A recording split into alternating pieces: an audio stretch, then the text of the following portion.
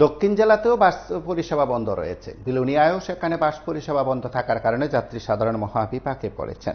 সংশ্লিষ্ট কর্তৃপক্ষের তরফে বিষয়গুলো উত্থাপন করা হয়েছে। যাত্রী সাধারণ তাদের পরিষেবা না পেয়ে তাদের ক্ষোভের কথাও জানিয়েছেন। আমরা ছাত্রীগুলা দিয়ে আমাদের সাব সিন্ডিকেট আমাদের কিছুদিন আগে আগরতলায় কেন্দ্রীয় কমিটির একটা সম্মেলন করে কিছু বাস মালিক নিয়ে 21 জন, এতে কিছু স্বার্থান্বেষী লোক আমাদের পুরাতন কমিটির জোরপূর্বক ডিজলভ করার পর নতুন কমিটি গঠন করার পর আমাদের সাথে আমাদের ব্রাঞ্চ আছে, অন্তত 4-5টা ব্রাঞ্চ আছে।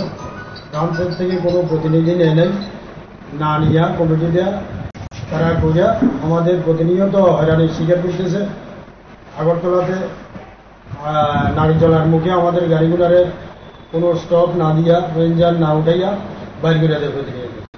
এবং কালকেও আমাদের উদয়পুর সাউথ সিন্ডিকেটের প্রেসিডেন্টের গাড়িখানা আগরতলা আটকে রাখে।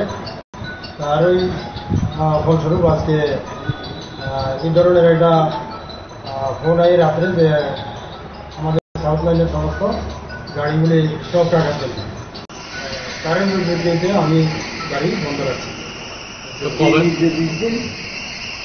আমাদের সিন্ডিকেট কর্তৃপক্ষ, বিলোনিয়া সিন্ডিকেট কর্তৃপক্ষ না আগরতলা তো আমাদের যে প্রতিনিয়ত হয়রানির শিকার করে। আমরা সাউথ ত্রিপুরা উদয়পুর লইয়া যারা নেতৃত্বরা আছে সিন্ডিকেটের, তাদের নির্দেশেই সিদ্ধান্তক্রমে সবাই সিদ্ধান্ত ক্রমে এটা বন্ধ করা হয়েছে। কবে নাগাদ পরিষেবা চালু হতে পারে? আবার আজকে এটা নিয়ে সমস্যা আমি কথা বলছি, বিকেল নাগাদ এটা আমরা বহু আবার সিদ্ধান্ত হইয়া একটা জায়গাতে আমরা সমস্যার সমাধানের জন্য চিন্তা ভাবনা আছে। আমরা হয়তো সমস্যার সমাধান হলে কালকে আবার মানে সাউথ সহ গোমতী জেলার মানে তারা যারা বাস মালিক আছে তারা হয়রানির শিকার হইতেছে। গোমতী সাউথ যা আছে কিন্তু আগরতলা থেকে তো এই সিন্ডিকেটে বাস ঢুকতেছে। আগরতলা থেকে ঢুকতেছে, আমরা তো আগরতলা বাসের আমরা মানা করে নাই, তারা আইব তারা যাইব, আমরা কোনো বছর তাদের না শুধু স্থানীয় বাসগুলো। স্থানীয় বাসগুলো যেহেতু আমরা গাড়িগুলা শ্রমিকগুলা হয়রানির শিকার হইতেছে, আমরা বন্ধ রাখছি। আপাতত আমাদের সমস্যার সমাধান হলে আমরা গাড়ি চালাবো।